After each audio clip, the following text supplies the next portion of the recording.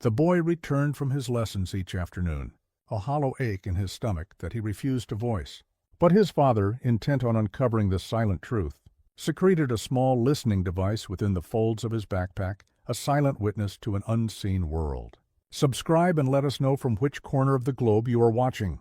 Corbin had always been a man of immense care and dedication, a father whose love was woven into the very fabric of his son, Leo's life. He ensured his son had every advantage, particularly when it came to the simple, vital need for good food. Every morning, with the sun just beginning to warm the world, he would assemble a lunchbox full of nourishment and affection. Inside, you would always find wholesome sandwiches, crisp, sweet fruits, a small, delightful treat, and a carton of juice, more than enough to sustain a growing boy, to keep his mind sharp and his spirit bright through the long school day. Corbin took a deep, quiet pride in this ritual, in the certainty that his son would never know the gnawing emptiness of hunger, understanding completely how crucial a proper meal is for a child's journey into the world. And yet, a discordant note had begun to play in their daily rhythm. A subtle, unsettling pattern had emerged that Corbin could no longer ignore. Every evening, without fail, the moment Leo stepped through the door, he would make a desperate, silent beeline for the kitchen, consuming food with a ferocious urgency, as if he hadn't seen a single crumb since dawn. This wasn't the familiar boisterous hunger of a boy fresh from play. This was something different, a frantic need that coiled a knot of unease in Corbin's stomach. At first, Corbin dismissed it as a simple phase of growth, a sudden surge in appetite fueled by youthful energy and classroom antics. But as day after day passed, each one ending with the same scene of his son returning home utterly famished, the feeling that something was profoundly wrong grew stronger, louder, until it could not be silenced. One evening, while Leo sat hunched over the table, rapidly devouring a mountain of pasta, Corbin finally gave voice to the question that had been haunting him. "Leo, are you not eating the lunch I packed for you at school?"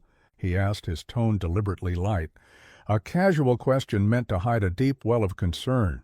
Leo's fork froze in midair, a flicker of hesitation so brief it was almost missed, before he resumed his meal with renewed intensity.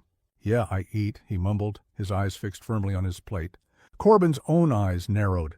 His son was a poor actor, and that tiny, almost imperceptible pause was a confession in itself, a clear signal that a truth was being hidden. "But you come home as if you've been starved all day," Corbin pressed, his voice a gentle current of inquiry. "Are you absolutely sure everything is all right?" Leo nodded, a quick, jerky motion that felt anything but certain. "Yeah, I guess I get hungry really fast." There was a strained quality in his voice, a desperate wish to close the conversation, to make the questions simply go away. Corbin let the matter rest for now, but a seed of suspicion had been planted, and he resolved to watch and to learn. The following morning, as he packed Leo's lunch with his customary precision, he decided to conduct a small experiment. Before sealing the container, he took a careful mental inventory of its contents, memorizing every detail with the focus of a detective. 2 hearty turkey sandwiches, a gleaming red apple, a single chocolate chip cookie, and a bottle of chilled orange juice. He even noted the exact arrangement of each item, a mental blueprint he could compare later. Leo accepted the lunchbox without a word of protest, offering a hurried wave as he dashed out the door to catch the waiting school bus. That evening, Corbin was prepared. The moment his son entered the house, he observed him intently. As predicted, Leo headed straight for the kitchen, pulling open the refrigerator door before even a word of greeting could pass his lips. "Hey there, champ," Corbin called out, his voice a mask of cheerful normalcy. "How was your day?" Leo's reply was a muffled, noncommittal "fine" as he retrieved some leftover chicken and began to eat. Corbin allowed a few moments to pass before he casually reached for his son's backpack. "Just need to check your lunchbox from today," he said, the words smooth as he unzipped the main compartment. Leo spun around, a flash of panic in his eyes. "Dad, you don't need to do that." But his protest came too late. Corbin had already opened the plastic container. It was empty, utterly, completely empty. But something was terribly wrong. There were no crumbs, No lingering smears of mayonnaise, not even the ghost of an apple core. The container was pristine, as if the food had simply vanished into thin air. Corbin held up the box, his gaze fixed on his son. "You ate all of this?" Leo swallowed, a difficult audible motion. Yeah, Corbin wasn't convinced. His son had always been a deliberate eater, and the idea that he could consume 2 sandwiches, an apple, and a cookie without leaving a single trace behind was simply unbelievable. And yet the evidence was right there in his hands, an empty lunchbox that screamed a silent, confusing story. The knot of unease in Corbin's chest tightened into a cold, hard dread. Something was deeply fundamentally wrong. He decided not to press Leo any further, not yet. If his son was too afraid to talk, forcing the issue would only drive him deeper into silence. Instead, Corbin would have to become the seeker of truth himself. That night, long after Leo was asleep, Corbin sat in the silent kitchen, the empty lunchbox a stark centerpiece on the table. His mind raced, turning over every possible explanation. Was his son giving his food away? Was he losing it? Or, and the thought made his jaw clench, was someone taking it from him? This last possibility resonated with a chilling certainty. If someone was taking his son's food, it meant Leo was afraid, and that fear suggested this was no innocent playground trade. This was something serious. Corbin didn't have the answers yet, but a powerful resolve settled over him. He was going to find them. Corbin understood with a father's deep intuition that the mystery of Leo's vanishing lunch was no ordinary childhood problem. His son wasn't simply choosing to skip meals. The food he was given was disappearing without a trace. The first, most sensible step was to seek answers where the disappearance occurred, at school. He resolved to handle the situation with care and subtlety, knowing that if something serious was unfolding, he couldn't risk frightening Leo into a deeper silence. Children, he knew, often concealed their troubles, especially when those troubles were tangled with fear or intimidation. Corbin had no idea if his son was being bullied, coerced, or if some other, stranger explanation was at play. But one fact was undeniable. Leo was not eating his lunch, and he was not speaking about it. The next morning, as Leo prepared for school, Corbin observed his every move. The boy seemed withdrawn, his usual bright energy muted, and replaced with a quiet, palpable tension. "Have a wonderful day, Leo," Corbin said, handing him the backpack that felt heavier than usual with unspoken questions. Leo nodded, his gaze avoiding his father's. "Thanks, Dad." Corbin watched him walk to the end of the drive, a small figure heading toward the waiting bus. He stood there for a long moment, wrestling with the impulse to drive directly to the school versus waiting for a more opportune time. He chose the latter, calling the front office to arrange a meeting with the principal. Later that morning, Corbin walked the halls of Leo's school. The air buzzed with the familiar symphony of education, the chatter of students, the clang of lockers, the guiding voices of teachers. It was an environment designed to feel structured, safe, and nurturing. Yet Corbin couldn't shake the heavy feeling that something was deeply amiss. The principal, Mr. Allister, met him with a solid handshake. He was a man in his middle years, with distinguished salt-and-pepper hair and a calm, professional air.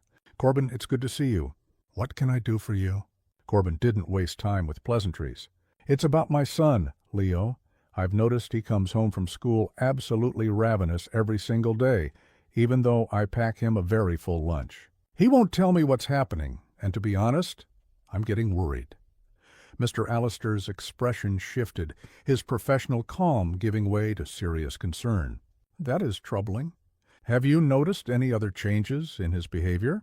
Corbin let out a sigh, the weight of the past weeks pressing down on him. "Yes, he's more withdrawn. He actively avoids any conversation about school, and whenever I bring up his lunch, he becomes visibly nervous." The principal leaned back, his fingers steepled as he processed the information. "We haven't had any reports of Leo being involved in any bullying incidents, but that certainly doesn't mean something isn't happening. Let me speak with his teacher, see if she's observed anything out of the ordinary." Corbin appreciated the principal's willingness to help, but a sense of urgency gnawed at him. "Can we also speak with some of the children in his class? Perhaps they've seen something," Mr. Allister readily agreed. Summoning Leo's homeroom teacher, Ms. Evangeline, A warm-hearted woman with years of experience, Ms. Evangeline arrived moments later, a look of mild surprise on her face. "Leo is such a wonderful student," she assured Corbin. "I haven't noticed anything truly wrong, but now that you bring it up, he has seemed quieter than his usual self lately." Corbin nodded, feeling a small measure of validation. "I just need to be certain that nothing is going on that he's too scared to talk about." They decided the best course of action was to speak with a few of Leo's closest friends, asking simple, non-leading questions. A small group of 3 students, 2 boys and a girl, was brought into the office. "Hey, everyone," Mr. Allister began, his tone friendly and disarming. "We just wanted to ask you a quick question about your friend Leo. Have you noticed anything unusual about him recently?" The children exchanged quick, uncertain glances before one of the boys spoke. "Leo doesn't bring lunch to school." Corbin felt his body go rigid. "What do you mean?" "I pack his lunch every single morning." The girl shrugged, her expression one of genuine confusion. "I don't know. I just know he never eats with us. He either says he isn't hungry, or he just walks away when it's time to sit down." Corbin's pulse began to race. If Leo never even had a lunch at school, then where on earth was it going? "Are you positive? You've never seen him with his lunchbox?" He pressed, his voice tight. The second boy hesitated for a moment, then added, "Well, I think I saw him throw something in the bin once, but I wasn't really paying attention." Corbin exchanged a heavy look with the principal. This was all wrong. Leo wasn't just missing his lunch. He was actively concealing the fact that he ever had one. After the students had been dismissed, Corbin raked a hand through his hair, struggling to make sense of the conflicting pieces. "This makes no sense at all," he muttered. "I know for a fact his lunchbox is in his bag every single morning. If he's not eating it, and he's not even seen with it, where is it going?" Ms. Evangeline frowned thoughtfully. "It's possible he's giving it away, or that someone is taking it." The thought made Corbin's stomach clench. If someone is taking it, why wouldn't he tell me? The principal exhaled slowly. It could be for any number of reasons. Perhaps he's being pressured, or maybe he feels ashamed to admit it. Corbin's frustration began to boil over. He didn't want to leap to the worst conclusions, but the facts were stark and unavoidable. His son was losing his food every single day, and no one seemed to have a clue why. It was then that Ms. Evangeline paused, a flicker of hesitation in her eyes, before she spoke again. "There is one other thing. I don't want to make any unfounded accusations, but Leo does seem particularly nervous around one of the other teachers." Corbin's attention snapped into sharp focus. "Which teacher?" Mrs. Evangeline bit her lip, then replied softly, "Mr. Croft, the new math teacher." A cold tightness gripped Corbin's jaw. "What about him?" "I can't say for certain," she admitted, "but I've noticed that Leo is much more reserved in his class." "And Mr. Croft?" "Well, he has a different approach with the students. Some of them seem uncomfortable around him." Corbin's hands clenched into fists. His first overwhelming instinct was to march down the hall to Mr. Croft's classroom and demand an explanation. But he forced himself to breathe, to remain calm. Leaping to conclusions would not help Leo. Instead, he looked directly at the principal. "I want to speak with this teacher. Today." Mr. Allister nodded, his expression grim. "I understand your concern, Corbin. I will arrange for you to meet with him privately." As Corbin left the office, his mind was a whirlwind of dark possibilities. If a teacher was involved in what was happening to Leo, this was infinitely worse than he had ever imagined. He was no longer just dealing with missing lunches. He was dealing with a person who held a position of power over his son. Corbin had no intention of letting this rest. He was going to get to the very bottom of it, one way or another. Corbin departed from the principal's office with a tempest of emotions raging within him. The information he'd just gathered was profoundly disturbing. Leo wasn't just skipping lunch.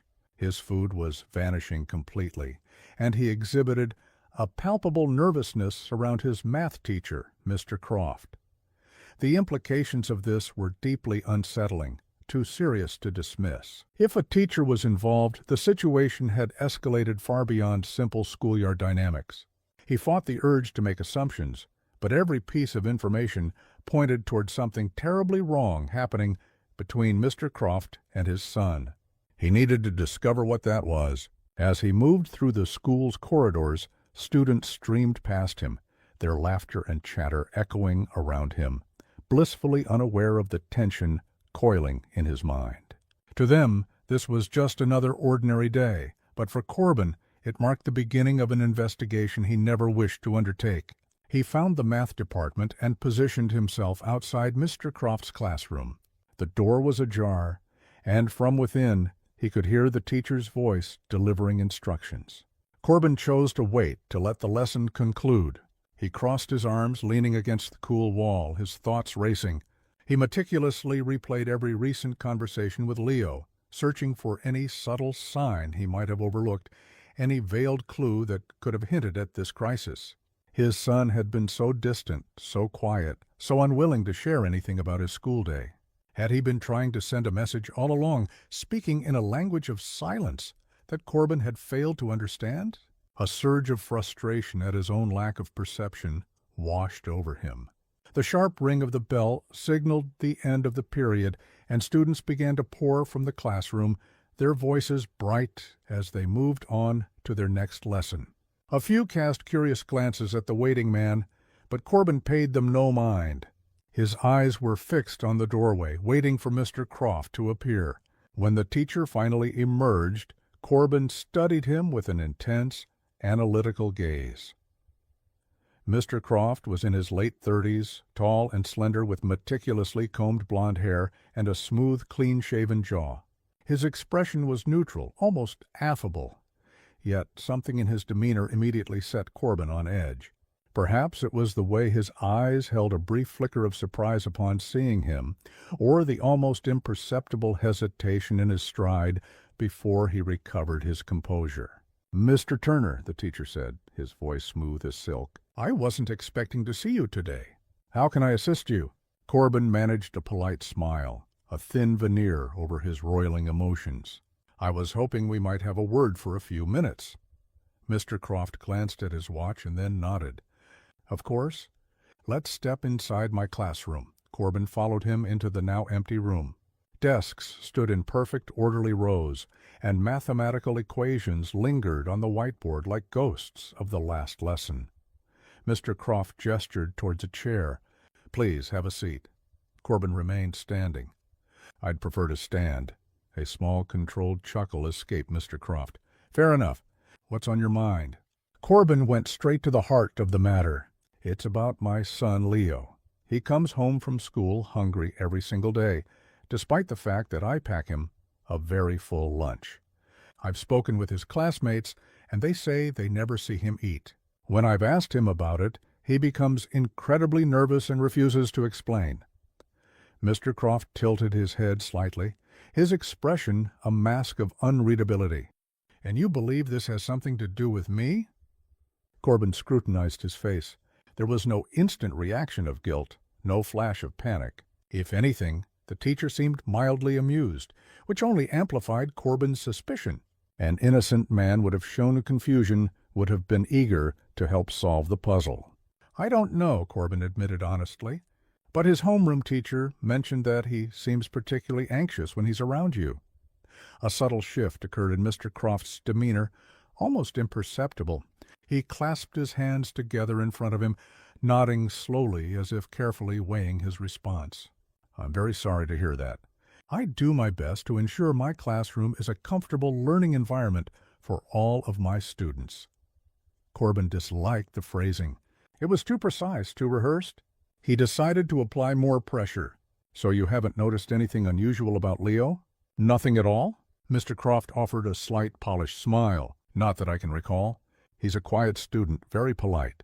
He does his work and doesn't cause any trouble. If he's been acting anxious, I can't say that I've noticed." Corbin clenched his jaw. The way Mr. Croft spoke, the way he maintained his calm, unbothered tone, it was all too perfect, as if he was trying far too hard to project an image of innocence. Corbin wasn't buying it for a second. He didn't have proof, not yet, but his gut screamed that this man was involved. After a taut silence, Corbin spoke.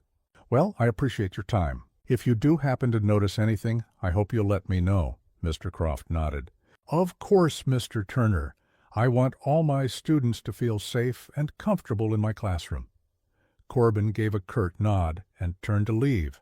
As he stepped back into the hallway, he couldn't escape the overwhelming conviction that Mr. Croft had just lied directly to his face. The teacher had been too composed, too slick in his deflections. Most educators would express genuine concern upon hearing a student was struggling. Mr. Croft had done nothing of the sort. He had simply deflected, as if reciting answers he had prepared long in advance. Corbin knew he had to proceed with extreme caution. If Mr. Croft was indeed abusing his authority over Leo, a direct confrontation without evidence would be useless. He needed proof, something undeniable. He decided to return to the principal's office. This time, he wasn't just going to voice his concerns. He was going to demand action. Corbin walked back toward the principal's office, his mind a frantic hive of thoughts. His meeting with Mr. Croft had done absolutely nothing to calm his fears. In fact, it had poured fuel on the fire of his suspicion. The teacher's demeanor had been too polished, his responses too calculated. There was no genuine concern in his voice, no authentic curiosity about Leo's predicament.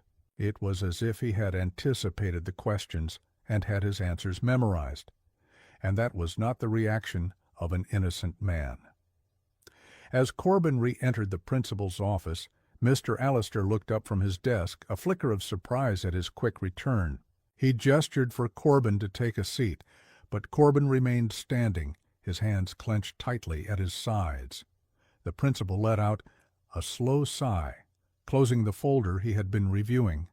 "Corbin, I take it your conversation with Mr. Croft did not go as you had hoped." Corbin shook his head, the frustration clear in his tense expression. "No, it didn't. He was too smooth, too careful with every word. He didn't even seem remotely concerned when I told him about Leo's missing lunches. If he were innocent, wouldn't he have at least shown some surprise?" "Mr. Lewis," Allister rubbed his chin, carefully considering Corbin's words. "I understand your frustration, but we cannot leap to conclusions without concrete evidence. Teachers are accustomed to handling difficult situations, and some of them develop a professional detachment. It doesn't necessarily mean he is hiding something." Corbin leaned forward, his voice firm and unwavering. "Then explain this to me. Leo never eats at school. His classmates have never seen him with a lunchbox. He refuses to talk about it. He gets nervous whenever I ask. His own homeroom teacher told me he seems anxious specifically around Mr. Croft, and when I confronted Croft myself, he gave me nothing but rehearsed, empty answers. How much more do I need before someone here takes this seriously?" The principal sighed, folding his hands together on the desk. "I believe you are genuinely concerned, and I truly want to help. But I must operate within the established rules. Without proof that Mr. Croft is doing something wrong, I cannot take disciplinary action against him. The school has very strict protocols for handling accusations against staff members." Corbin's jaw tightened, a battle raging within him to restrain his mounting frustration. "So what are you saying? That you're just going to let this go on? That my son will keep losing his lunch, keep coming home starving, and you're going to do nothing?" "Mr. Allister hesitated, then shook his head. "I'm saying that we need more than just suspicions. I can keep a closer watch on Mr. Croft. I can have someone discreetly monitor his interactions with the students, but I cannot confront him based on gut feelings alone. If I go after him without cause, he could file a grievance against the school. If I make a misstep, I place the entire institution at risk." Corbin's hands curled into tight fists. He didn't care about the school's reputation. He cared about his son. "So you're telling me that unless I come back here with undeniable proof, you won't do a thing?" The principal met his gaze, his expression steady. "I'm saying that you need to be careful. If Mr. Croft is truly doing something inappropriate, we must handle it the right way. Otherwise, he will just deny everything, and absolutely nothing will change." Corbin exhaled sharply. He wanted to argue, to demand immediate decisive action. But he knew it was a dead end. The principal had made his position crystal clear. Unless Corbin could provide solid, irrefutable evidence, the school's hands were tied. Feeling defeated, yet more determined than ever, he turned toward the door. Before he left, he looked back at Mr. Allister. "If you won't do anything, then I will," the principal sighed. "Corbin, I understand you're upset, but please, do not do anything rash." Corbin didn't reply. He walked out of the office, his mind already spinning, already forming a new plan. If the school wouldn't take action, he would find another way. He refused to sit back and watch his son suffer in silence. As he drove home, his frustration slowly morphed into cold, hard resolve. He replayed every detail in his mind, searching for a way to get the answers he so desperately needed. The school may have been powerless, but he was not. He had one advantage they didn't. He could act without restrictions. That night, long after Leo had gone to sleep, Corbin sat alone in the quiet of his kitchen, deep in thought. He needed a way to uncover the truth without alarming his son or tipping off Pierce Croft. Confrontation had failed. The principal wouldn't intervene. His only remaining option was to gather the undeniable proof himself. He picked up his phone and began researching methods for discreetly monitoring interactions. It didn't take long for an idea to solidify in his mind. The next morning, before sending Leo to school, he would place a small recording device inside his son's backpack. If someone was taking his food, the audio would capture it. If Mr. Croft was involved, there would finally be proof. Corbin knew. It was a risk, but at this point, he felt he had no other choice.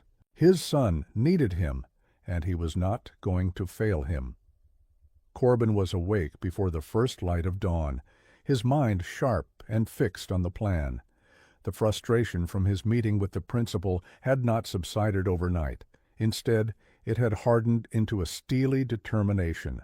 He had spent the late hours of the night researching, planning, ensuring that his next move would yield the concrete answers he needed. The school had refused to act without proof, so he would deliver that proof himself. He moved with quiet purpose through the sleeping house, careful not to wake Leo. The small recording device lay on the kitchen counter, no bigger than his thumb. It was a simple, elegant tool, discreet enough to vanish unnoticed inside a child's backpack. Corbin had tested it thoroughly the night before, confirming the audio quality was crystal clear. Its battery would last the entire school day, and it was sensitive enough to pick up voices from several feet away. It was a gamble, but it was the only move he had left. When Leo finally padded downstairs, rubbing the sleep from his eyes, Corbin greeted him with a warm smile, an effort to maintain a veneer of normalcy. He couldn't let his son sense the tension thrumming just beneath his skin. As always, he packed the lunchbox, arranging everything with care. But this time, before zipping the backpack shut, he carefully slipped the tiny recording device into a small front pocket, making sure it was completely concealed. Leo grabbed his bag, slinging it over his shoulder without a second thought. "See you after school, Dad." Corbin ruffled his son's hair, watching him walk out the door, his own heart pounding a heavy rhythm against his ribs. Now all he could do was wait. The day crawled by with agonizing slowness. At work, Corbin found it impossible to focus.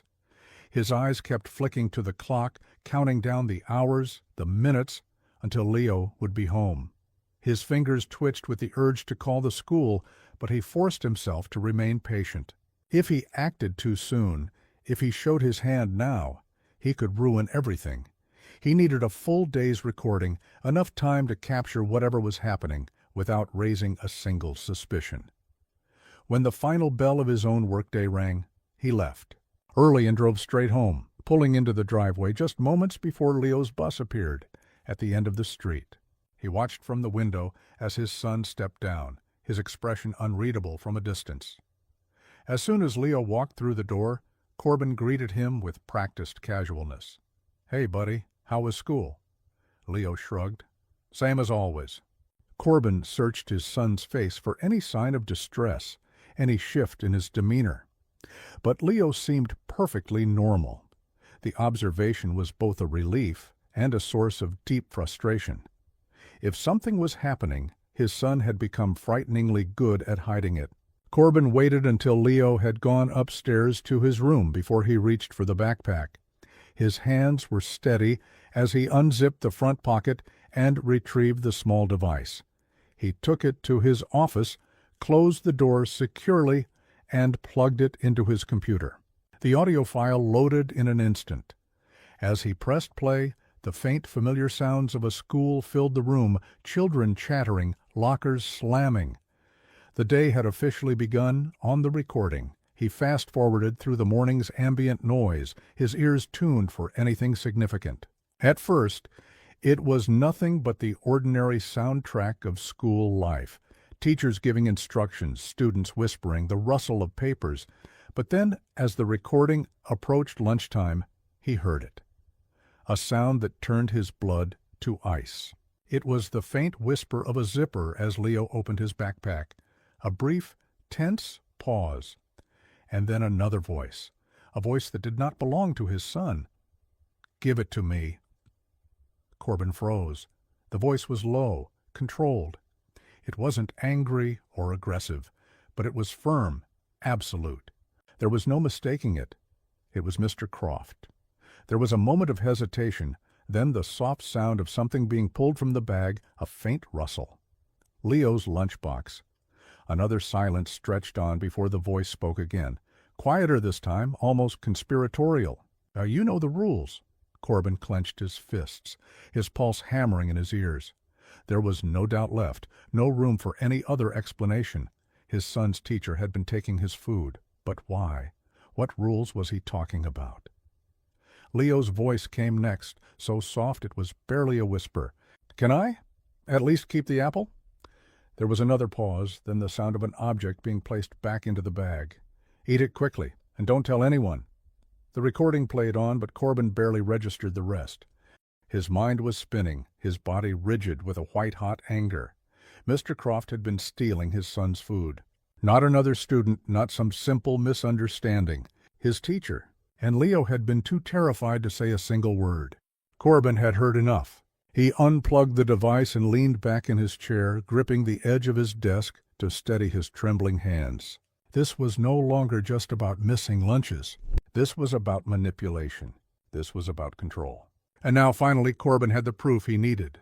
He wasn't going to wait for the school to take another hesitant step. He was going to put an end to this himself. Corbin sat in the profound silence of his office, the audio from the recording still echoing in the chambers of his mind. The steady, measured voice of Mr. Croft, the chilling authority with which he spoke, the way Leo hesitated, his small voice trembling before he surrendered his lunch, it was all too much. His son had been enduring this in silence, terrified to speak a word, while this man exploited his vulnerability. Corbin felt his hands tighten into white-knuckled fists as a hot wave of pure anger surged through him. For a long, still moment, he just stared at the computer screen, his thoughts racing. He had suspected that something was wrong, but hearing it, having this cold, undeniable proof, made the reality of it 1,000 times worse. The fact that a grown man, a teacher entrusted with the care of children, was systematically taking food from a student sent a shiver down his spine. This wasn't just bullying. It was something far more sinister, something cold and calculated. He drew a deep, ragged breath, forcing himself to find a center of calm amidst the storm. He couldn't just storm into the school now, not like this. He needed a clear strategic plan. If he acted recklessly, he would risk giving Mr. Croft the opportunity to twist the narrative, to cover his tracks. Corbin knew he had to approach this with precision, to ensure that when he finally confronted the teacher, there would be no possible escape from the consequences. He pressed play on the recording one more time, listening intently to the final haunting phrase, "Eat it quickly. And don't tell anyone." That line burrowed deep into his mind. It meant that Mr. Croft had done this before, likely many, many times. The casual, almost routine way he spoke, the absolute certainty in his tone, it was clear this was not a new development. Corbin's stomach turned at the sickening realization. How long had this been going on? And was Leo the only victim? His first instinct was to march upstairs and demand the full, unvarnished story from his son. But he stopped himself. Leo had already been terrified enough to keep this a secret for so long. If Corbin approached him with aggression, even righteous aggression, he might retreat further into himself. He needed to be patient, to create a space of absolute safety before asking his son to share his burden. He took another deep breath, rubbing his temples, before finally pushing himself to his feet. He grabbed the small recording device, tucking it securely into his pocket, and walked toward the stairs. His footsteps felt heavy on the wood, his heart pounding a slow, hard rhythm as he reached Leo's room. He knocked gently on the door before pushing it open. Leo was lying on his bed, idly flipping through the pages of a comic book. When he looked up and saw his father standing in the doorway, his expression instantly changed. A flicker of fear, of hesitation, entered his eyes. He knew something was wrong. "Hey, buddy," Corbin said softly, stepping inside and closing the door behind him. "Can we talk for a minute?" Leo hesitated for a long moment before giving a slow, reluctant nod. He sat up, closing the comic book and placing it neatly on his lap. Corbin sat on the edge of the bed, keeping his posture open and relaxed. He didn't want to intimidate his son. He needed the truth. "I know about the lunches, Leo," he said, his voice gentle but firm. "I know someone has been taking your food." Leo's entire body went rigid. His small fingers gripped the edges of the book, and his gaze dropped to the floor. He said nothing. Corbin continued, his voice steady and calm. "I need you to tell me the truth. Was it Mr. Croft?" A sharp, audible intake of breath. Leo's shoulders hunched, and he squeezed his eyes shut for a moment before giving a small, almost imperceptible nod. Corbin swallowed hard. Even though he already knew the answer, hearing his son confirm it felt like a physical blow. "How long has this been happening?" he asked, his voice carefully neutral. Leo bit his lip, hesitating. "A while," he admitted, his own voice barely a whisper. Corbin kept his expression soft, even as his internal anger blazed. "Did he ever threaten you?" Leo shook his head quickly. "Not really. He made it seem like I had to give it to him. Like it was normal. He said it was a rule. I didn't want to get in trouble." Corbin felt his chest tighten. This man had manipulated his son, had brainwashed him into believing that handing over his food was a simple obligation, something expected and required of him. That was so much worse than an outright threat. It was psychological conditioning. "Why didn't you tell me, buddy?" Corbin asked, his voice softer now, full of a quiet ache. Leo hesitated again, his fingers twisting the hem of his shirt. "I was scared. I thought maybe I did something wrong, and I didn't want to make it worse." Corbin exhaled slowly, forcing himself to remain a pillar of calm for his son. He reached over, placing a comforting hand on Leo's shoulder. "Listen to me. You did nothing wrong. This is not your fault. And I promise you I am going to fix this. You do not have to deal with this alone anymore." Leo finally looked up at him, his eyes filled with a heartbreaking uncertainty. "But Dad, if you tell the school, what if he gets mad?" Corbin's grip on his shoulder tightened just slightly, a gesture of pure reassurance. "That is not going to happen." "I will not let it. You are safe, Leo." For a long moment his son just stared at him, searching his face, his eyes, for the promise of security. Finally, after what felt like an eternity, he nodded. Corbin knew that was the most he could hope for in this moment. He ruffled his son's hair gently before standing up. "I need to go take care of something, but I want you to know that you do not have to worry about this anymore, okay?" Leo nodded again, though his expression remained fragile and uncertain. Corbin gave him one last reassuring smile before stepping out of the room. The moment the door clicked shut, his expression hardened into a mask of cold fury. His jaw was clenched, his fists tightening at his sides. This wasn't just about stealing food. This was about power, about control. Mr. Croft had made his son feel small, insignificant, and afraid. He had manipulated him into believing he had no choice, no voice. That was utterly, completely unacceptable. Corbin had his proof. He had his son's confirmation. And now there was only one thing left to do.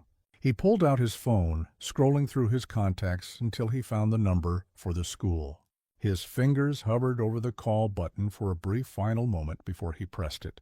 The school needed to hear what he had to say, and Mr. Croft was about to face the consequences of his actions. Corbin had always prided himself on being a rational man, a person who could maintain a level head and think through situations logically before taking action. But as he sat in his car outside the school the next morning, gripping the steering wheel so tightly his knuckles were bone white, he felt none of that familiar control.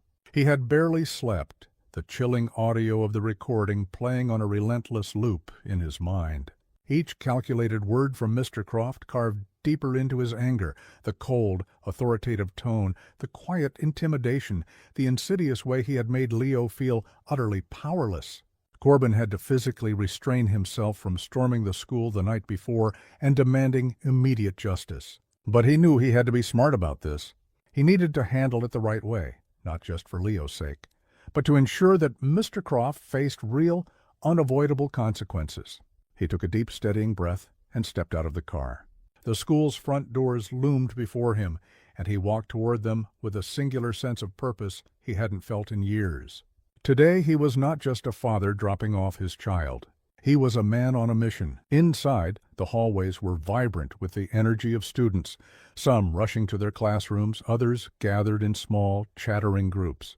The atmosphere was normal, almost deceptively peaceful. But Corbin knew what festered just beneath that veneer of normalcy. Somewhere in this very building, a teacher had been preying on his son's vulnerability, and today, that teacher was going to answer for it. He reached the front office and stepped up to the receptionist's desk. The woman behind the counter offered a polite smile. "Mr. Turner, good morning. Are you here to see the principal?" "Yes," Corbin said, his voice firm and unwavering. "It's urgent." The receptionist nodded, picking up the phone and speaking in a low tone before gesturing toward the door leading to the principal's office. "He's expecting you." Corbin pushed the door open to find Mr. Allister seated behind his desk, his expression neutral but serious. The principal gestured to a chair, but Corbin remained standing. He placed the small recording device on the polished surface of the desk, a tiny object carrying an immense weight. "I have proof," Corbin stated, his voice steady but cold. "Listen to it."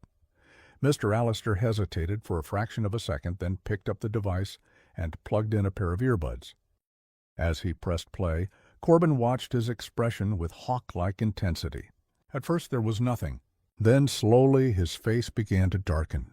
His jaw tensed. His eyes narrowed as he listened to the cold, commanding voice of Mr. Croft instructing a child to hand over his lunch. Corbin could pinpoint the exact moment the principal grasped the true gravity of the situation. It was when the recording reached the part where Leo timidly asked if he could keep the apple, and Mr. Croft responded with that chillingly casual command, "Eat it quickly, and don't tell anyone." Mr. Allister closed his eyes for a brief moment, exhaling slowly. When the recording concluded, he removed the earbuds and looked up at Corbin. "This is unacceptable," he said, his voice quiet but firm. "Damn right it is," Corbin snapped. "My son has been suffering under that man's control, and you told me you couldn't do anything without proof. Well, there it is. What are you going to do about it?" Mr. Allister straightened in his chair. "I am going to handle this immediately. Mr. Croft will be called in for a meeting, and disciplinary action will be taken. But, Corbin, I need you to understand that there are procedures we have to follow." Corbin slammed his fist down on the desk, the sharp sound making the principal flinch. "You're not going to tell me there's some damned red tape to navigate, are you? Because I swear, if you try to delay this, I will take this recording straight to the school board, to the media, and to the police if I have to." Mr. Allister held up a placating hand. "That won't be necessary. Trust me, I want this dealt with as swiftly as you do. Give me 30 minutes. Corbin didn't move for a long moment, his body vibrating with the need for action. Finally, he gave a sharp, decisive nod. "Fine, but I want to be there." The principal hesitated, but seeing the look in Corbin's eyes, he nodded in agreement. "All right, you will be present." Corbin left the office, but did not go far. He stood just outside, arms crossed, waiting, as the minutes ticked by like hours. Students passed, some casting curious glances his way, but he ignored them. His focus was singular, seeing Mr. Croft face the consequences of his actions. Then, at last, the door to the teacher's lounge opened, and Mr. Croft stepped into the hallway. He was dressed impeccably, as always, his demeanor relaxed as he walked toward the office. But the moment his eyes landed on Corbin standing there, his face changed. It was only for a fraction of a second, but Corbin caught it. A flicker of surprise, of deep unease. Good, Corbin thought. You should be scared. Mr. Croft stepped into the office, and Corbin followed close behind. Mr. Allister was already seated, his hands folded on the desk. He gestured for both men to sit, but Corbin remained standing, his glare fixed on Mr. Croft. The teacher offered a polite, strained smile. "What's this about, Principal Allister?" Mr. Allister wasted no time. "Mr. Croft, a very serious accusation has been made against you, and I have a recording as evidence. I would like you to listen to it before you respond." For the first time, Mr. Croft's practiced confidence began to waver. His fingers twitched almost imperceptibly as he reached for the earbuds.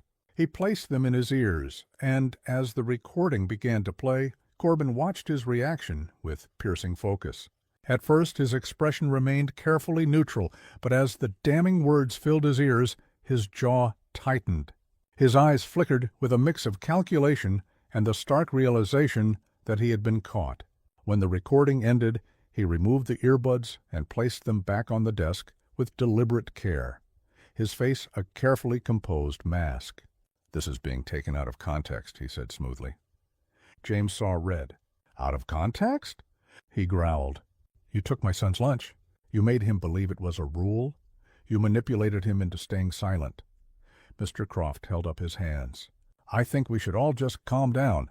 "Don't you dare," Corbin snapped, leaning forward. "You have been stealing from children. How many others? How long have you been doing this?" Mr. Croft's lips parted, but no sound came out. He was cornered, and he knew it.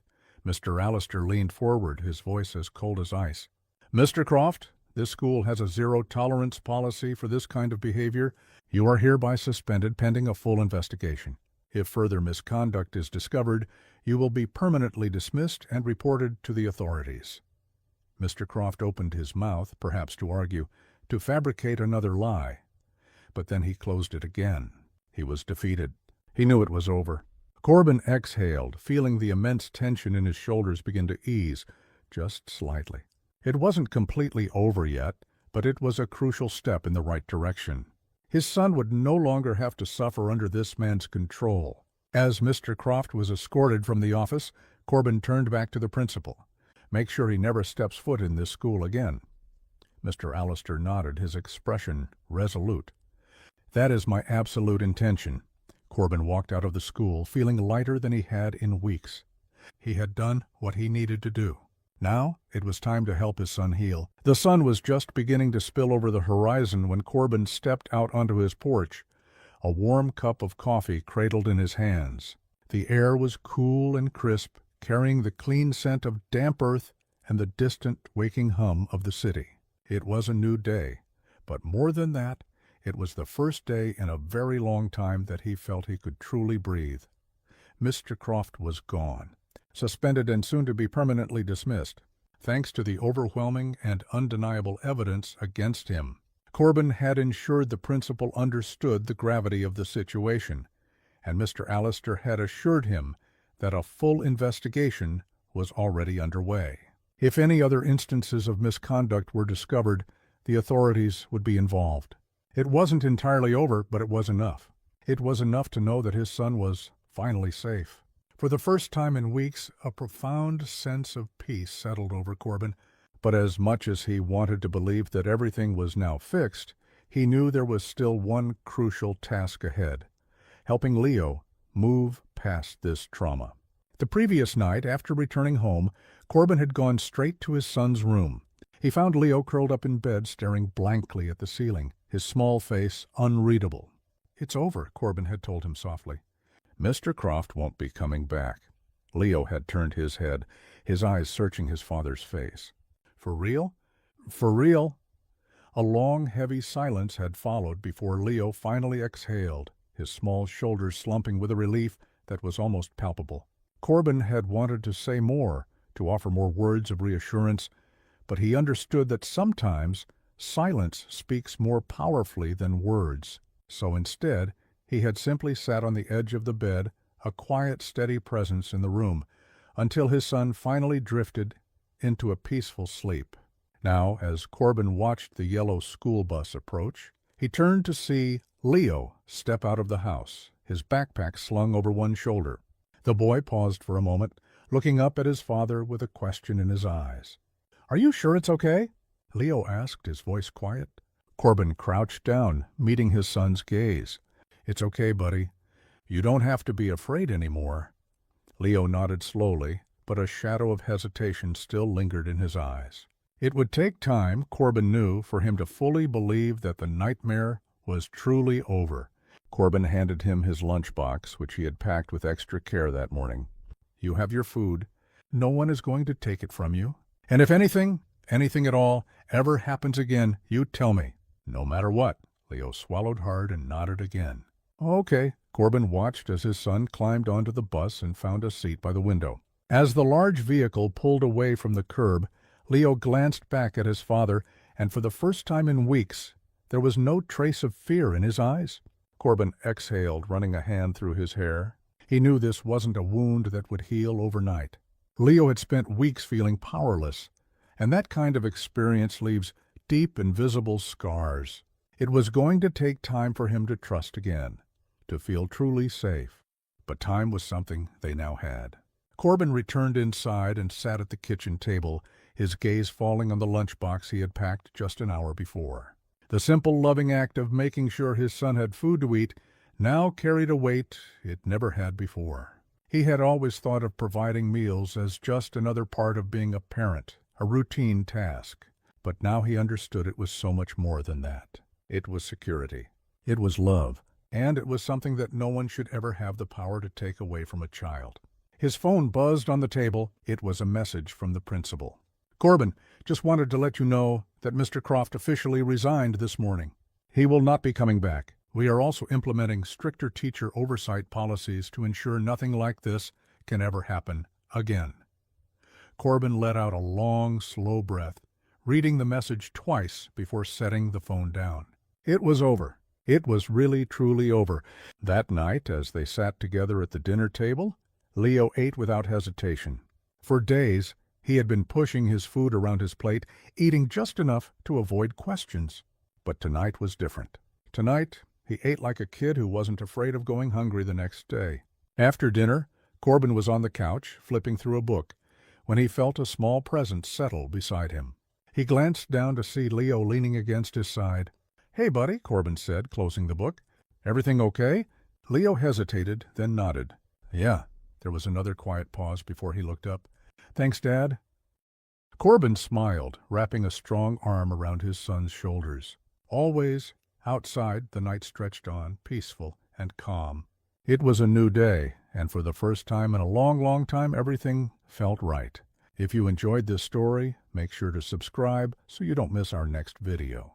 Feel free to share this video with others and check out more stories on our channel.